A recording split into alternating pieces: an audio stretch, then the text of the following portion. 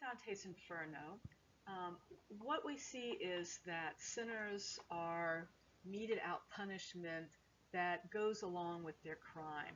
So, for an example, here we see from Canto 20, the diviners. Divination means to be able to look into the future, fortune telling, that sort of thing. So for Dante, the punishment for this particular crime is that since fortune tellers look into the future where they're not supposed to look, right? They're giving you advice on what's going to happen. Their punishment would be that they would go through eternity with their heads turned around backwards so that they could only see what was in the past. All right. So if you kind of look over you can find these all over the internet. Smoop's a good one. If you're interested in some of these different crimes and punishments, you'll see that most of them are sort of an eye for an eye, tooth for a tooth sort of conception.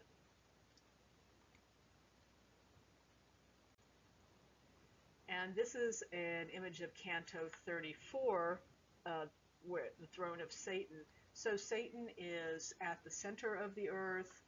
He is frozen in ice, excuse me, and he is perpetually, his three heads, chewing three famous traitors, Cassius and Brutus, who betrayed Julius Caesar, and Judas Iscariot, who betrayed Jesus. Why ice? Most of us think of hell as being a hot place, right? That's kind of what most of the stories of the Western tradition tell, is that hell is a hot place, a lake of fire, etc. Dante's thinking, and the thinking of the Middle Ages of some, was that the true hell was being as far away from God's light as possible. So far away would be colder, and the farthest away, down here with Satan, would be frozen wasteland. So that's where that idea comes from. Also, as we go through the next few weeks, we'll talk about some ways of medieval thought, right? So these are modern humans, but not contemporary. Modern means a certain thing we'll talk about later. But in their conception, they still thought very differently about the world than we do, even though they were considered modern. So, for example, they believed in the great chain of being, which has God at the top and minerals all the way down at the bottom. So there's God, angels, then man. So that would be man right there. And of course, we have dominance over animals. Animals have dominance over plants, etc., etc. It looks in this particular visual conception that I don't know, is this fantasy, some kind of fantasy world? It looks like a unicorn there, but yeah, I'm not quite so sure what's going on in this one. But we'll talk about some other ideas of medieval thought as we go through.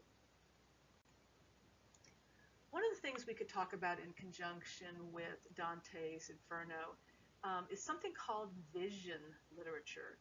Vision, and having to do with visions, prophetic visions, not 2020 vision. So in an example of vision literature, there's usually just one individual, and almost always male.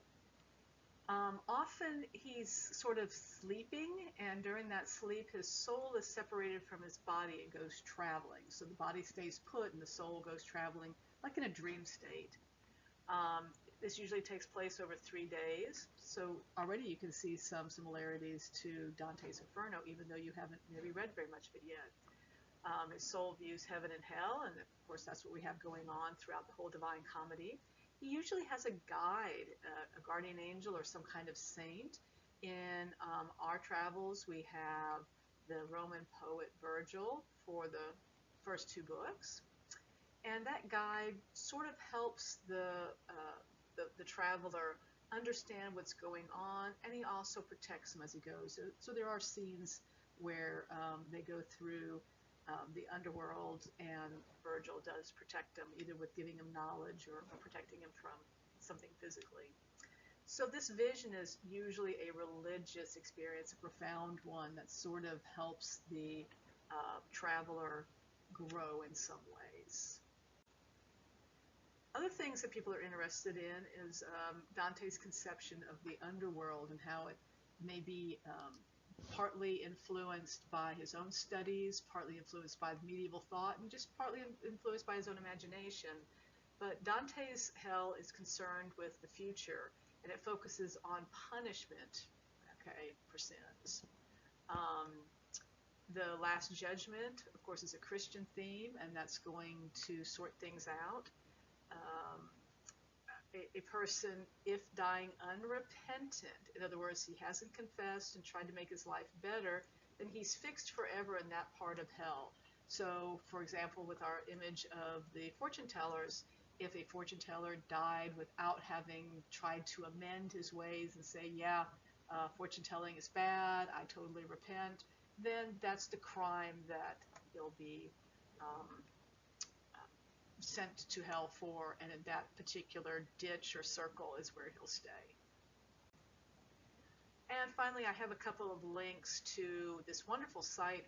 There's a couple of wonderful sites. This one in particular is a really big one at the University of Texas, and you can kind of visit all the circles of hell and get a lot of information. So if you're interested and want to read more, because we only have time to do a very little bit of the Inferno, then these are two good places to start.